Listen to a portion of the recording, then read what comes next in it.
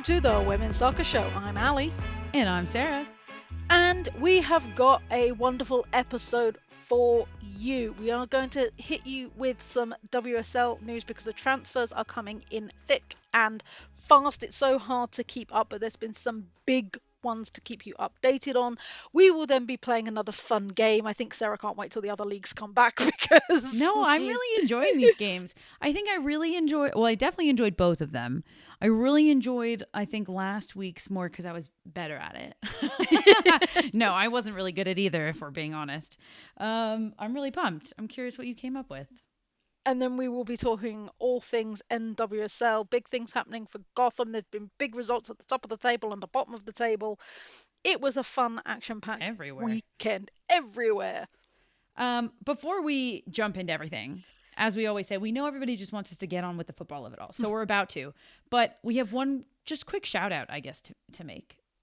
Yeah, no, absolutely. So, it was my birthday on Sunday. I am Allie the turned grand. 25. I did. Yeah, 25 and some experience, as I keep Yeah. saying. But I would like to give Christina a shout out, a loyal listener who sent me a wonderful happy birthday message and told me how much that she's enjoying listening to the pod. So thank you for brightening my day, Christina. It really was special to receive that. And thank you for brightening my podcast host day and for brightening my day because Allie then texted me about it and it brightened my day. So this is wonderful. Exactly. Yeah, so Shout thank out you to very you. much. It's so sweet when people go out of their way to take time out of their day to like give a compliment. It means a lot. So Yes. thank you, Christina. We love you. This one's for you, should we say? Let's do it. All right, as we've been doing in this summer series, we're just going to get the WSL stuff out of the way so we can get onto the NWSL. Just kidding. Just kidding. We're going to chat real quick because it's off season. It's transfer time in the WSL, so there's week to week news that we're keeping you up to date with. And this week we don't have a ton. We got I think 3 bullet points to talk through. And we're going to kick it off with the team that's really been the busiest. Busy bees over there. London City Lionesses. Now, this news actually dropped last week, but it was on Wednesday, the same day this episode came out last week, that the news dropped, so we didn't get to cover it. Diani, the French international, is officially joining London City. This was announced last Wednesday. Moving over from Lyon, the French winger signed a 3-year deal on Wednesday to mark the team's 6th blockbuster summer window addition. Diani, at 31 years old, joined the Michelle King-backed Lionesses from Lyon for a fee reportedly somewhere north of $670,000. Now, And I who owns Lyon? think Who I was owns about Lyon? to say, I think what Allie wants to talk about here is that Lyon is owned by Michelle King, and London City is also owned by Michelle King. And however, I mean, it's not like London City got Diani for free. It's not like there's some backdoor deal that Michelle Kang's just being like, okay, we're going to take a pencil, erase that name from this roster, add it to this roster. Like, there's still a fee associated. It's still business being done. As someone said, it's basically Michelle Kang paying out of her Lloyd's bank account into her Barclays bank account. Like, she's just moved some money around. She kind of, yeah, a little bit, I guess, huh? And that's why it's happened. I mean, it's great. It is great fun, and we'll be talking more about. In fact, we'll talk about the whole of the London City joyfulness. It is great for them, and it is great for the WSL to get these names in. I am feeling for some of their players that were there before this window because some signed some big contracts, and then other players have now come in that play the same position. Competition is good, I suppose, but I would probably have my nose put out of joint a little bit. Yeah, I wouldn't, but that's the difference between you and me. I mean, like, that's professional soccer. You want to play on a competitive team, it's going to be more and more competitive for your position. If you don't want to play as on a competitive team, if you don't want to play on a team whose aspirations are to, be at the top of the league, then go play on a different team, to be quite honest with you. Like, this is professional soccer. That's how I feel. Yes, but we'll talk about the London Cityness of it all because with their big signings, there is some impact. So officially, London City have too many players because in the WSL, you can officially register 25 players as first team players. That's how that works. It's 25 players as your official first team. London City have, I think at last count, it's 36. Hmm. So they've got, I thought it was 9 players they've got to shift. They've got 11 players they've got to shift either on loan or sell. Now they've already put two on loan. One, Teo Gold has gone to Crystal Palace on loan, and I believe another player has gone to an Italian team on loan. But it is raising the question because all these big players' names are coming in, and they've now got to get rid of a lot of them. Because if you look at their website, they've got at least 11 defenders, and 6 of them are registered as a centre back. Hey, yeah, you got some wheeling and dealing to do. They have a vision. They're building a roster. Yeah, I'll be curious to see which players and like who ends up being sold, who ends up going out on loan. It'll be an interesting one to keep our eyes on. London City are doing the most work, and we can never be mad at a team for going out and No, doing work in the offseason. That's for sure. no, correct. But it's just intriguing that It they've is. built up so much that they've already got to offload some players. Yeah. In particular, I think we can keep an eye on the goalkeeper situation, which you have talked about as well. Yes, because they have two like would battle for first Yeah. choice goalkeepers, plus a couple of youth. So it will be interesting. I'm always intrigued watching London City. It's intriguing to say the least. Okay, that was technically our second point that we wanted to bring up, the players going out on loan. So the third Yes, and final WSL update that we want to discuss was brought to us by Allie because Melvin because I'm perpetually online. Millard, because Allie is perpetually online. Melvin Millard has officially signed with Chelsea. Yeah, it was rumored a couple of weeks ago, but the I's have been dotted and the T's have been crossed, and she is officially a Chelsea player. I think it says a lot about Chelsea's vision and that Yeah. they could tempt her away. I know that she has been around Bompasta's like orbit before, from being in France. Hmm. It says a lot about Manchester United's lack of ambition, the fact that they have sold one of their, if not their only key striker. We mentioned last week they've already lost Millie Turner and Lisa Nyland to Birmingham City, leaving now just Ella Toon, the only original member of that 2018 team. Um, I do think that Melvin Millard has left Man United in the worst way. I get being hyped for your new club, but burning bridges with your old club is never a good. How did she burn bridges? So in her interview, she was like, "I've always had a game plan for my career, and Chelsea was always in my game plan." Oops. That's one of those things that you Yeah. say. That's kind of one of those things that you say though, and you don't realize how it's gonna like how it's gonna hit No. on the ears of your Yeah. former club. Um, So that's maybe not a made her very bridge that, popular. yeah, maybe it's a bridge that she doesn't mind being burned.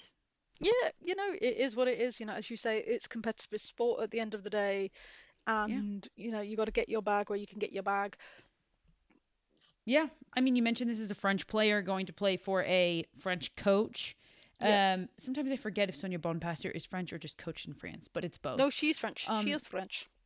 And to your point about Chelsea making moves, another team we need to keep our eyes on, Chelsea, because it's not just this move with Millard, but we're going to talk about it when we get into NWSL and when we talk about North Carolina. Because in my opinion, the biggest signing so far for Chelsea has been Manaka, who transferred to Chelsea from North Carolina Courage, the Japanese international, the legend herself. She is so good.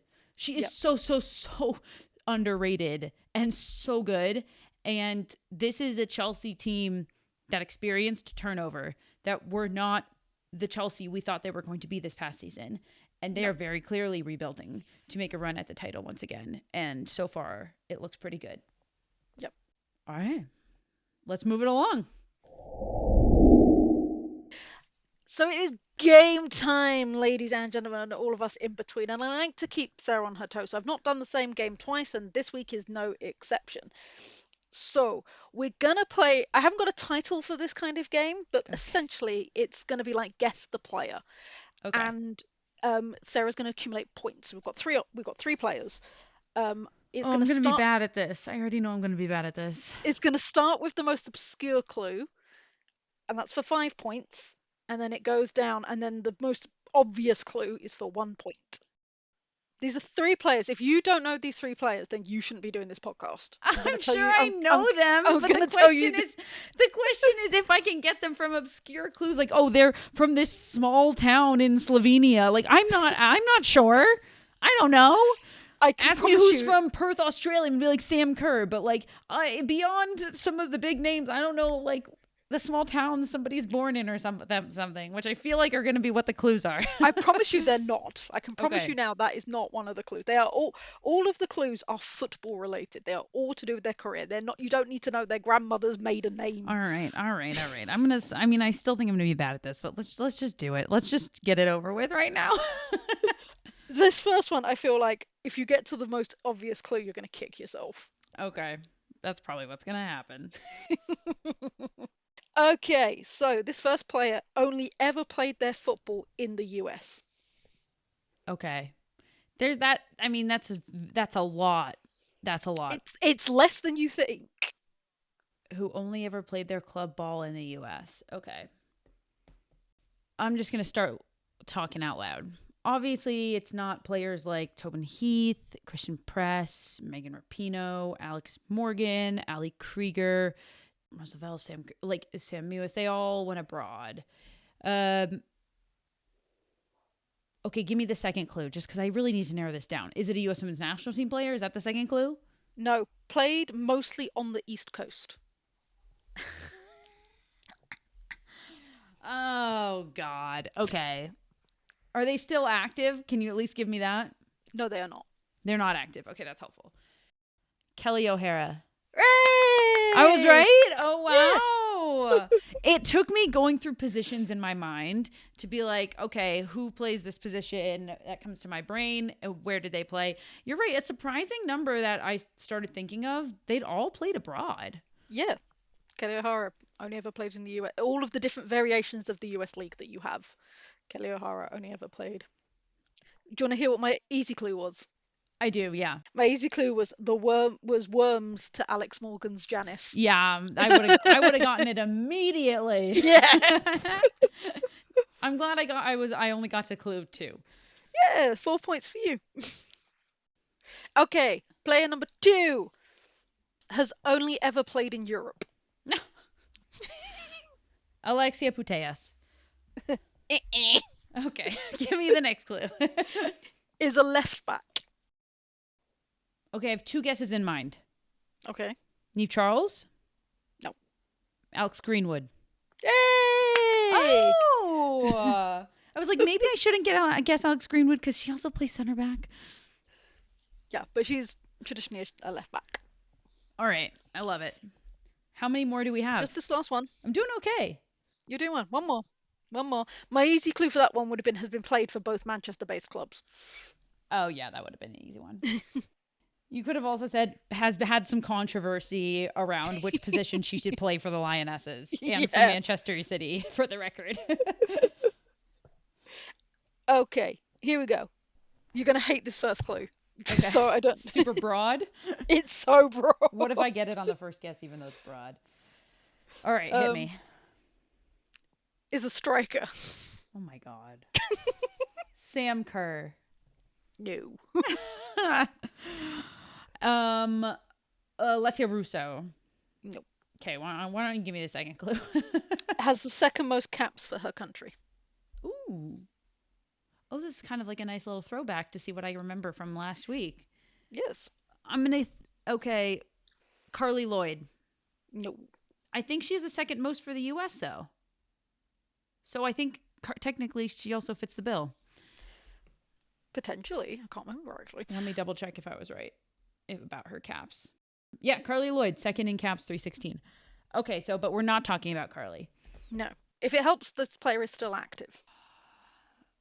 Is it No. Well, Marta, would you consider her to be even a striker? Are you talking about Marta? Yay! Oh my God! And the easy clue for that one would have been is known by one name only. That's cool. I like that. That was fun. Thank you for bringing us that game again, Allie. Yes. And next week, I'm super excited for my game next week because we have visual clues for the one next week. Because we're back to video next week, baby. So more work for Mike. more work for Mike. All right. Thank you for bringing these to us every week. I'm glad you have fun making them because I have fun They doing are them. fun. They are Yeah, they're really fun. fun. All right, let's keep it going. Over now to the other side of the pond and the NWSL. Big, big moments happened this weekend. We had a lot of big debuts for some big players. Let's kick it off. Who were we excited to see this weekend? Oh my God, so many. Well, Sam Kerr debuted a week ago in the midweek Gotham FC Washington Spirit game that happened at City Field. That was huge. Arguably, like maybe that game shouldn't have been played. Trinity Rodman said so after the game, which I agree. There's been a lot of wildfires in Canada, and I'm sure people have heard about this because it was impacting uh, air quality a lot, and there was some concern around it for the World Cup as well. But that air drifts down and was kind of coating New York and a lot of Chicago, and there were water breaks every 15 minutes in that midweek game because the air quality was so bad. And Trinity Rodman after the game was like, "Yeah, if we have to take a break every 15 minutes, like maybe we shouldn't be playing that game," which 100%. I think, Yeah, to be totally honest, if that game hadn't been like a sold out 40,000 plus it probably wouldn't at have City been. Field, it probably would have been postponed. Let's be honest with like ourselves. But Yeah, that covered everywhere. My friends in Cleveland were like, yeah, it's crazy here. yeah, I mean the Chicago game that happened on Saturday, on Friday, Chicago Stars FC posted on their Instagram. They're like, "Hey, we're monitoring the air quality situation." By Saturday, it was back to normal, which was great, but there was a chance that that maybe would have been postponed or pushed or something like that. So a bit of a pun not intended dark cloud over that Wednesday, but super fun to see Sam Kerr on the field debuting. Denise O'Sullivan also made her debut this past weekend with Gotham FC. We haven't talked enough about how Denise O'Sullivan is back in the NWSL and playing with Gotham FC. I think that's insane. Like, she reminds me a bit of Katie Stengel in the fact that she's like gone Europe to America, Europe to America, like constantly back and forth. She's such a staple of the NWSL for so long, though, and she was so good for North Carolina Courage. And I think one of the more underrated players to maybe ever play in this league because she's that player that you take her out and everybody's like, Yeah, why is nothing working anymore? And it's like, oh, because she yeah, was doing everything. Like she was the glue. So, what an addition to the midfield for Gotham FC. absolutely. And also, really quick, it was a really sweet moment because obviously with the Men's World Cup that was happening, Roy Keane, who is a very huge, famous men's Irish player, played for Manchester United, was there for the Men's World Cup, and he went to the Gotham game to Oh, support Denise O'Sullivan, and they got a great picture of two Irish legends I love that. of the game. So it was that was a really cool moment to That's see great. them two together. That's great. The Irish pride is strong, and I love It it. is, it is, but Yeah, it was really sweet to see them two together that's really sweet. because he is a legend of the game.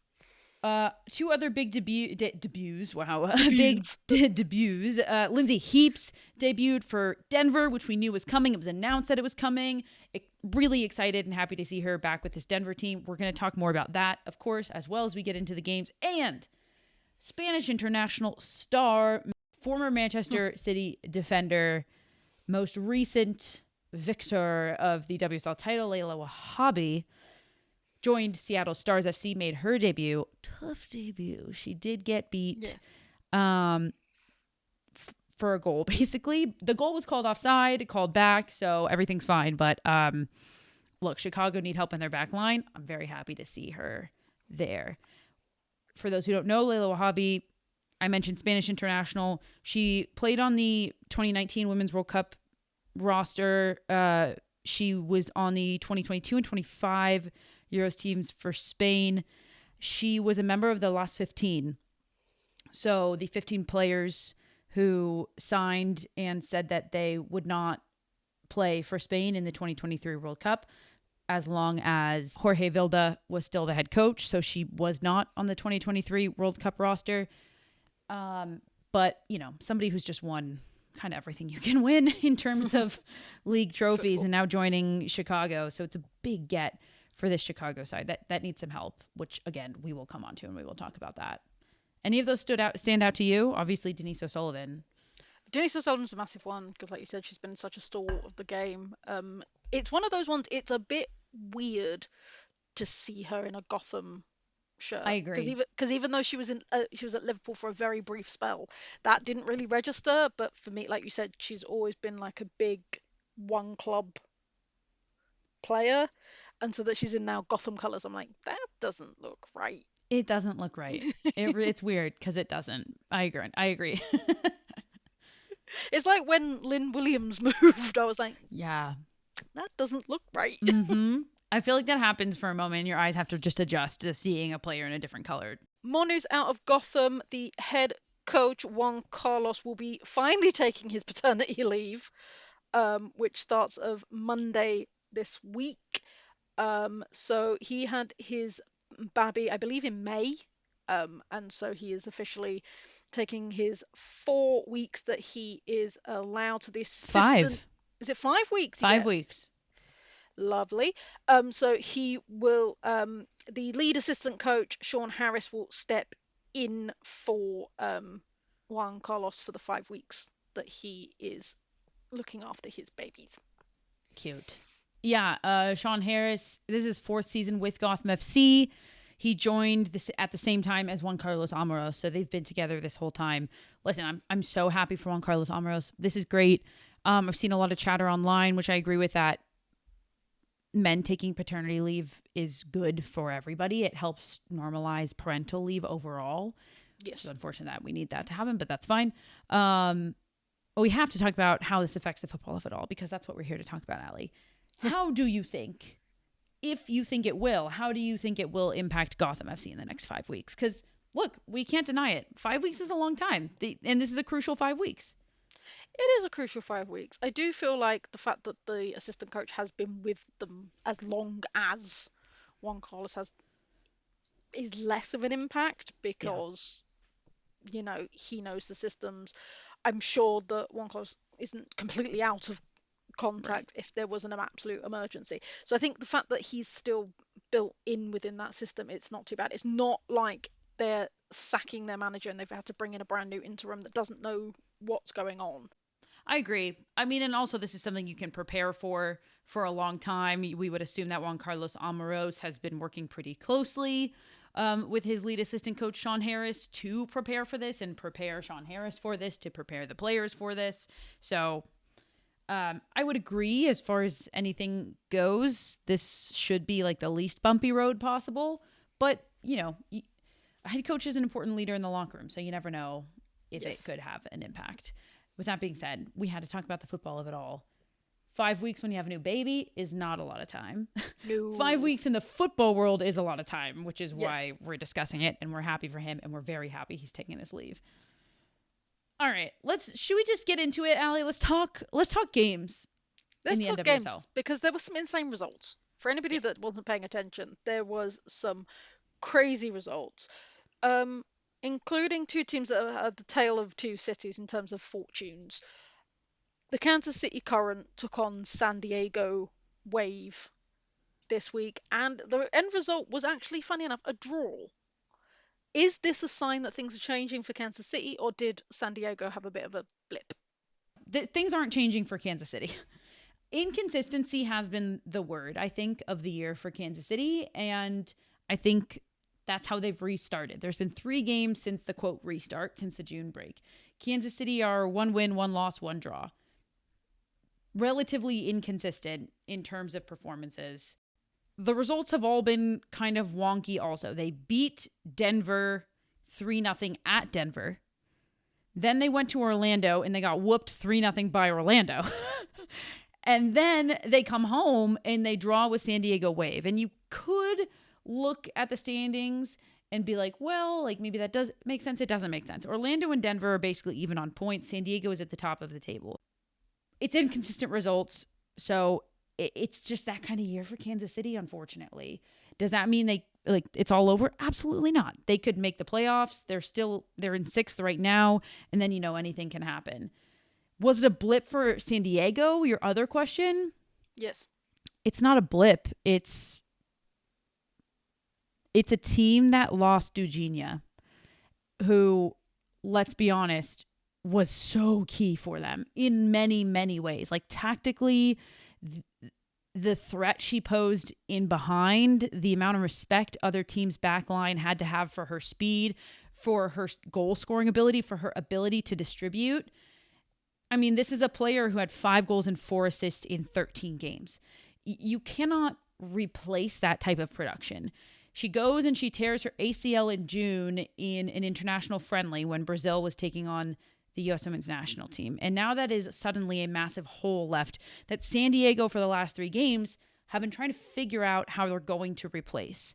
And the first 2 games, it was just a like for like sub. Okay, now it's going to be Lujamila. Like, Lujamila is going to be the one producing for us. Like, we saw how she did last year with Chicago, the production she was able to sustain throughout the entire season. Now it's on her. Guess what? There wasn't a lot of production coming out of Lujamila in the last couple of days. And so this is a San Diego team that's just trying to figure it out. I will say, I did say last week, Trinity Byers is a good number 9 for them because she has been producing. And what do Yes. you need from your number 9? You need goals at the Output. end of the day. You need output. You need output. I feel like there's very few positions in soccer that are judged solely on this. Here's this one statistic. But unfortunately, when you play the number 9, that's probably how you're going to be judged. Like, you can play as beautifully as you can play, but if you're not finding the back of the net, that's how people are going to gauge you. Do you agree with that? No, I agree 100% Yeah, because especially if you are the number 9, that's all we want you to do. It's, that's it's all. all we want you to do. Yeah, if you get one touch in the game, hopefully it finds the back of the net. Like, it's a pressure-filled situation. And I think I said last week that I thought Trinity Byers was a good replacement because they're finding that production. Um, in this game against Kansas City, they're starting Lujamila on the wing and they started Byers up top. It was kind of a different formation. It was kind of like a 4-5-1, if you will, that we're not used to seeing San Diego in. And they had Lujamila on the wing in that 5 in the midfield, and Trinity Byers as that sole number 9 in the 4-5-1. And Byers got a brace. And this is all to say, San Diego is figuring it out. There's a lot to replace. I don't know if they can match the team that they were before with Jujinia because you lost a big player, period, at the end. But they're trying to figure out how they can kind of resituate, reorganize, change tactically so that they can find more production out of everybody. So, speaking of teams of different halves of the table, Gotham Seattle Uh, uh, ended a 3-2 win for Gotham, but my heart broke for Seattle. And it kind of just sums up their season, to be honest. Brutal. So 3-2, Gotham beats Seattle in New York City. Seattle were up 2-0 over Gotham FC. In the 80th minute, they were up 2-0. I leave my hotel room, it's 2-0. I arrive 10 minutes later where I'm supposed to be. Guess what? It's 3-2 Gotham. Just kind of obviously NWSL after dark. It's so fun for the viewer. But let's see, goals in the 81st, 94th, and 97th minute for 2 for Gonzalez and 1 for Rose Lavelle. I agree with what you said about Seattle. Like, what else is there to say? This is their season. Like, Yeah. it really felt because they beat Portland last week and Seattle had been down and out all season. That was a big win. The Cascadia rivalry. You take down your rivals. You're at home. It feels like momentum.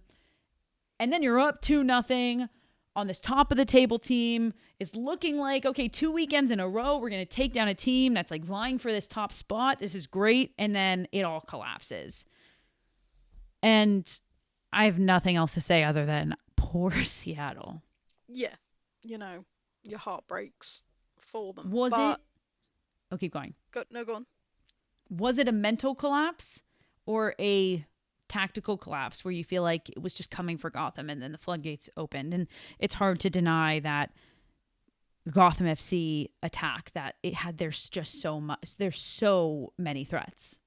I think now it's all Gotham and their threats because we Mm. talked about their defensively and they actually had a pretty decent back line with, Burgess on it, Carter. Now up front seems to be actually producing stuff. So it took them a minute to get into the game, but they've made some great signings, as we've said, with Sam Kerr and Denise O'Sullivan, that it was probably only a matter of time but unfortunately, Seattle couldn't hold on. Oh, yeah. I mean, brutal. You look at goals like that. I feel like it has to be a mental collapse, and I think it was for Seattle. Gotham are moving steadily up that table, and they may not be for the first time in forever, just squeaking into the playoffs. Well, there's a lot of time to go, Allie, so you never know. But yeah, Gotham right now sitting in second place, technically in second place, but Washington Spirit and Gotham both have 30 points, 15 games played. The only reason Gotham are sitting in second behind Washington Spirit, who are in first, is because of goal differential. But Gotham, listen, before this whole July started, we talked about how big of a test July was going to be for Gotham, right, Allie? We were like, this is a team that didn't really play any top of the table teams in the first part of this season. Coming into July, they're basically playing everybody who was sitting in front of them. They were taking on Portland. They're taking on Washington Spirit. They're taking on San Diego. Let me find who they play next because I kind of forget. Sorry. They're taking on Utah. Like, these are all teams that were sitting above them in the table going into July. And I think some people looked at Gotham's record and were like, they're not for real. Look at who they've played. Well, it's been 3 games and Yep. they've won all 3 of them. And it's been pretty impressive. So yeah, they're not through it yet, and there's still a ton more soccer to be played. They go on the road this Friday to Portland, who I'm sure are gonna really try to bounce back strong in a home stadium that is very hard for any away team to win at. So we'll see. Gotham will be on the road for a while. They'll be at Portland, then they'll be at Bay, and then they'll be at Houston before they finally return home to face who else? San Diego again. So they're not through the woods, but it's a good start. And this is a team that has proved that they're legit. And dare I say, Allie, I'm going to make a big statement right here. Oh, do it. Look at who they've signed. Look at this roster. It's one of the more stacked rosters we've maybe ever seen in the NWSL. It is stacked to the brim. And I like, people are going to be like, that's such a big statement. I'm not being like, oh, that's the best roster we've ever seen. But I'm saying it's one of the most stacked. You can't deny it. Look at it. Dare I say, it's starting to feel like if they don't do the double, if they don't win the Shield and the championship, it might be an underachievement. Do you agree? Ooh, that is a statement. What do you think? Do you agree? You want to hop on the bandwagon with me or no? I don't know, because like I have my dodgy opinions, but you've been back in Racing Louisville all season, and we all know where they No, are. So I got off of that. I got off of that a few weeks ago. I do think I think I don't know about the Shield, but I do think it could be back-to-back championships for Gotham. But I don't know if they'll do the double. Do you think it is a missed opportunity if they don't win the Shield, or do you think it's not a big deal? I think it's less of a big deal. Like, Yeah, because you're sitting there like, no, nobody seems to value the Shield, so why does it matter? Is I think what you're yeah, saying. basically. Yeah. I'm like, it's a bit of extra silverware, woo. Oh well, I guess we'll find out. Okay, moving on to another team that seems to be really picking up the pace. I'm so excited by this team. And a team that have started great. They're still hanging in there, but they've had a bit of a downturn. So we of course are talking about Denver versus Portland. Now Denver excite me because obviously they were a new team this season. They are a brand new franchise and they are killing it. Like for a new team, they've done so well. Obviously, it was Heaps' debut in Denver, and they managed to beat Portland 2-1. 2-1. Also, that was the first game in their temporary Park Centennial Stadium because they're building a full complex similar to how Kansas City have it. They're building their own stadium. They'll have their own training grounds. In the meantime, they're playing at Centennial Stadium. It was a sellout. 12,372 fans were there. You mentioned Lindsay Heap debuted. And a big win. I think the thing to say about Denver, I think you said it. Like, I agree with you. Denver are the real deal. They're having a great year as an expansion team. And early in the season, Nick Cushing, the head coach, said, we have to be realistic. This is our first year. Like expansion teams just don't enter and win the championship. So what's our goal? Like we want to find ourselves in a position where we can make a run at the playoffs. And if we squeak in the playoffs, like you don't know, Yeah, you never know. you Well, never know. they're positioning themselves really well right now. They're sitting in 10th place, but they're just 2 points out of that 8th place spot. So right now they're really on track. The only other thing I have to say is that I said this before the June break because there was some chatter out there that Janine Sonis was going to come down to earth. Like, yeah, she's having a great season. She's scoring a lot. She's producing a lot. But, like, let's be honest, she can't keep up this pace. Denver won't be as good as they were in this part of the season because she can't keep up that pace. And my response to that was A, I don't agree. She's having a great season. Let her go have a great season. B, Lindsay Heaps is coming in, so now the pressure is off of the shoulders of Janine Sonis to keep producing. So, A, that's going to help her keep producing, and B, Yeah, let her fun. let her have fun, and B, now you can find that production elsewhere, so it's not going to be a downturn for Denver, even if Janine Sonis doesn't produce. And C, this is a team that had the most away games in the first part of the season. Now they're going to have the most home games in this next part of the season. And you see the sellouts that are happening in Denver. You see how this team has taken off and how the community has taken a hold of it. Like, this is so much fun. So to all of you naysayers out there, stop dogging on Janine Sonis. She's having a great year, and I expect her to keep contributing like she has. There's no reason for people to think that she has to come back down to earth. Like 6 goals, 2 assists, go off. I absolutely love it. She had another key goal for this team. This is a leader, a captain who just keeps putting this team on her shoulders when they need her to. And I freaking love to watch it. Who's captain for Denver now? Is it Heaps now, or because it was controversial? I know that from what I was following on my consistently online. My understanding is that they are co-captains now. Okay. I think that it got muddled because there was a question asked in a press conference and Lindsay was answering it and she was saying, Janine Sonis has done a great job as captain, blah, blah, blah. And it really did seem like the captain's armband was just being taken away from Janine Sonis and given to Lindsay Yep. Heaps. I think anybody from the outside could see that that might be a really dumb move. Officially, they are co-captains. Good to know. See, the pressing questions everybody wants to know because, like you said, there was muddling and chit chatter, so we had to ask. So, speaking of chitty chatter, Portland, what is going on there? Because we were singing their praises, and they are still in the right half of the table, but there seems to be a little bit of a drop off. Are we concerned about them? I'm not concerned yet. Um, I mean, back-to-back losses right now for Portland, but back-to-back losses both on the road. One of them was at Seattle, and yes, it was Seattle, but that's the Cascadia rivalry.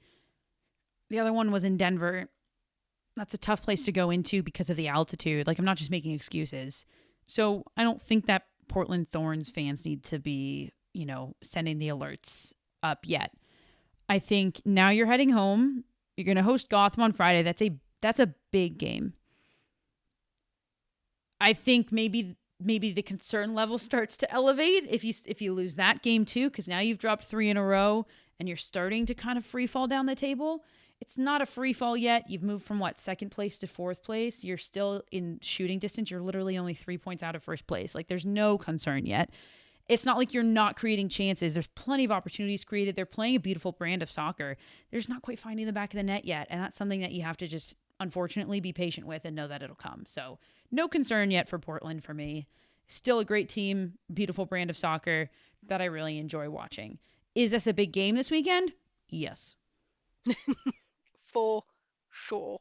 I'm excited. I love Portland Gotham. It's always a fun one. It's a fun one. Yeah. Speaking of formerly big players, now I think the drop off has been What a has been transition. yeah. I'm being spicy today. It because they were quite formidable and now they're not. North Carolina. Mm. They were the team that everybody loved to hate, and now we're just confused. So they played Bay this weekend. Bay ended up winning 3-0. Now I know you've had massive concerns about North Carolina since the player we talked about before moving to Yeah. Chelsea. And is it that noticeable? Yeah. You asked me if there's concern for Portland, and I said no. Is there concern for North Carolina? Yep. Time to start sound the alarm bells. Like you said, this is one of the most decorated clubs and franchises in the NWSL. They're one of only 2 teams that have, quote, done the double. They've won the Shield and won the championship in the same year. They've done it twice. The only other team to do it was Orlando, who has done it 1 time. Yeah. This is a team that, yeah, everybody feared. This is an organization and a club that has just outright fallen behind. And we've talked about it on this podcast. This is a stadium that used to be feared in the NWSL. You didn't want to go play in North Carolina. Now it's one of the easiest away stadiums to play in. It's not a fortress whatsoever. North Carolina were like the sleeper pick. They were the underdogs going into that June break. Everybody was like, everybody's sleeping on North Carolina. They're pretty good. Like Ashley Sanchez is going off, and they have Manaka holding down that midfield. And everybody was right. Everybody was kind of seeing the right thing, that this North Carolina team was starting to build and starting to peak. But then you take the most important piece out of the midfield. I mean, how is any team going to recover? This is a player that, in my opinion, was the MVP of the first part of the season of the NWSL. If that season had ended right there, hand her the award. And I'm so happy for her in the move to Chelsea if that's what she wants. I hate you, Chelsea, for this, though. What a joy of a player to watch. That's all I have to say. Like, irreplaceable player. And now North Carolina is just not who they used to be. Think about a team who you built your style of play around having this player in the midfield. And now all of a sudden she's not there. It's tough. It's tough. Though we're starting to see good things from Bay. Let's be positive. We're seeing some good things from Bay. Woot. We're starting to see finally some production from them. And it's starting to look good. I have to say, it's starting to look good for Bay, slowly but surely. I agree.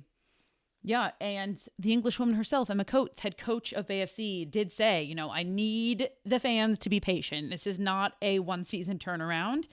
And like you said, slowly but surely, I'm really excited to see that Carly Lima has started scoring goals. And she's a prolific goal scorer. This is a player that in her senior year in college, playing for Cal in the ACC, she scored 16 goals in 21 appearances. She was the ACC Offensive Player of the Year.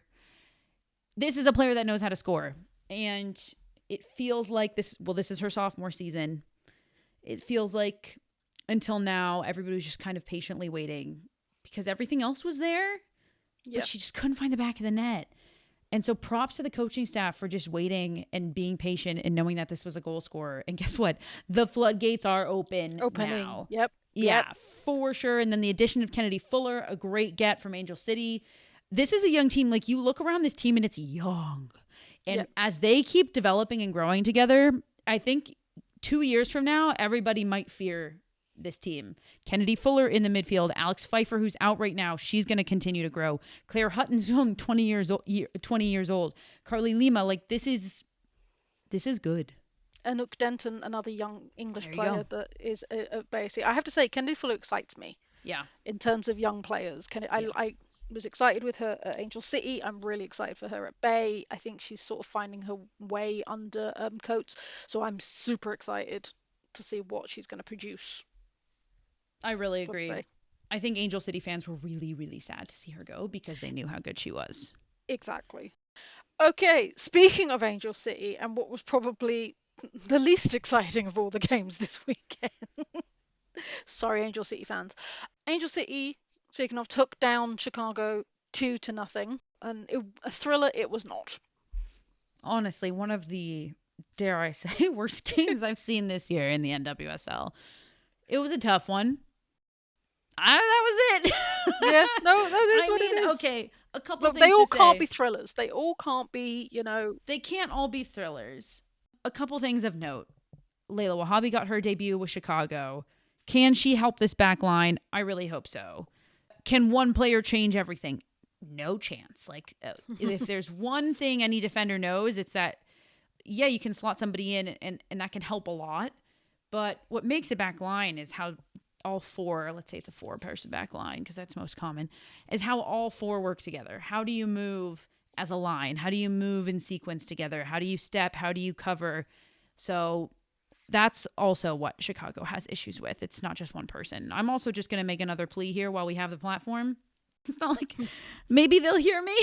Maybe, who knows? Listen, if you have a back line that's been struggling and no combination of players so far has worked, and you have a rookie sitting on the bench that has 0 minutes, and that rookie happens to be one of the best center backs that's come through Stanford in many years, who captained a side in the U20 or World Cup a year ago. Why are you not trying her out? Put Elise Evans in, please, Chicago. Please, please, please. Just give it a go. What have you got to lose at this point? Couldn't agree more. As far as Angel City goes, a great restart.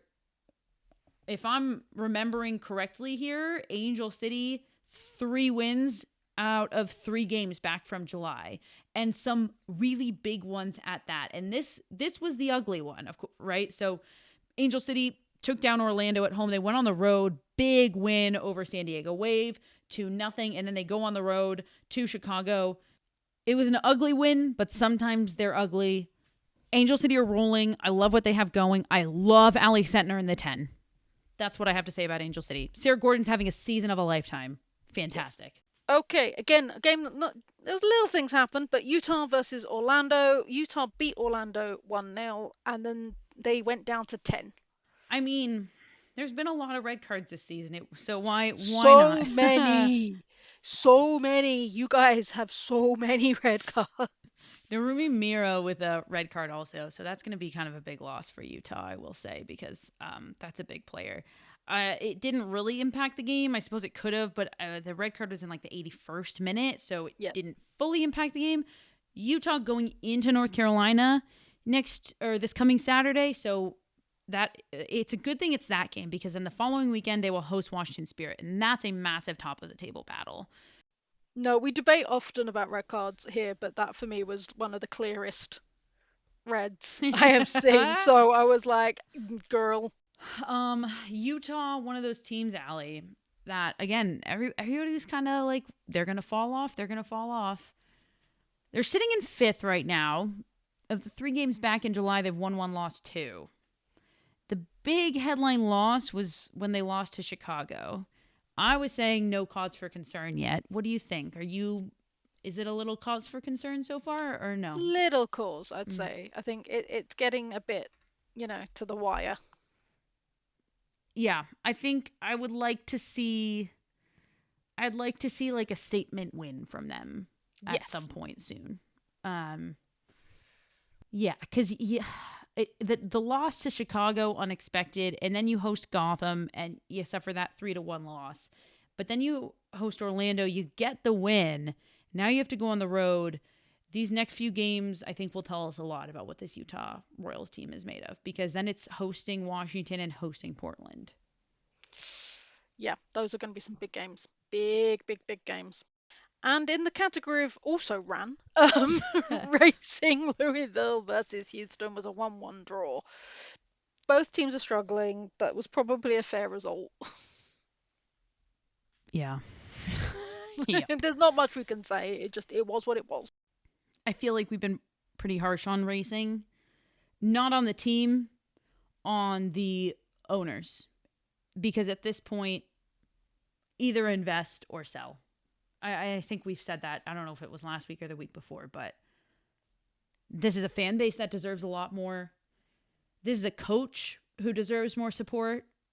And Bev Yanez, who's fantastic, and every player has always spoken about how wonderful it is to play for her. And these are players who deserve way more and way more support. So what are you doing? Why? What's the goal here? Either invest or sell. Because this in between is just terrible. Yeah. I hate ending on a negative. I know, but it was very much an also ran. They did what they did. Yeah. Should we just talk about what games we're looking forward to? I feel like we highlighted the games that are coming up this coming weekend, but maybe to end on a positive, we each pick one game we're excited for this weekend. Only one, because I know I personally have an issue of picking a lot. I was going to say, yeah, you pick many. So, do you want to go first? Okay, I'll take it first. I think, and there's no midweek games. So this is just Friday, Saturday, Sunday. Let's not talk about next week's midweek games. Yeah? Yes. I mean, I have to go with Portland Gotham. Friday night, Portland hosting Gotham FC in Providence Park. Let's go. Friday Night Lights, baby. That is a good one. I am going to go with Washington Spirit versus Denver because I like that. both teams are exciting. Obviously, Spirit are up there, but I am excited by what Denver are bringing. They were exciting from their debut, and they have just continued to build, and bringing heaps in has obviously help cement something. So my pick of the games will be Spirit versus Denver. I love it. All right. That does it for us here. This is the 4th episode of Summer Series. And as a reminder, we're back on video next week when Mike will hop back in his little box that he I don't know if it's a joke that just makes us laugh, Allie, or if everybody else is enjoying it, but I'm enjoying that joke still. I love it. And my favorite bit is when we bring him out and he edits himself to go back into his yeah. All right, that does it for us here at the Women's Soccer Show. I've been Sarah. And I've been Allie. Thanks, everyone. Good night.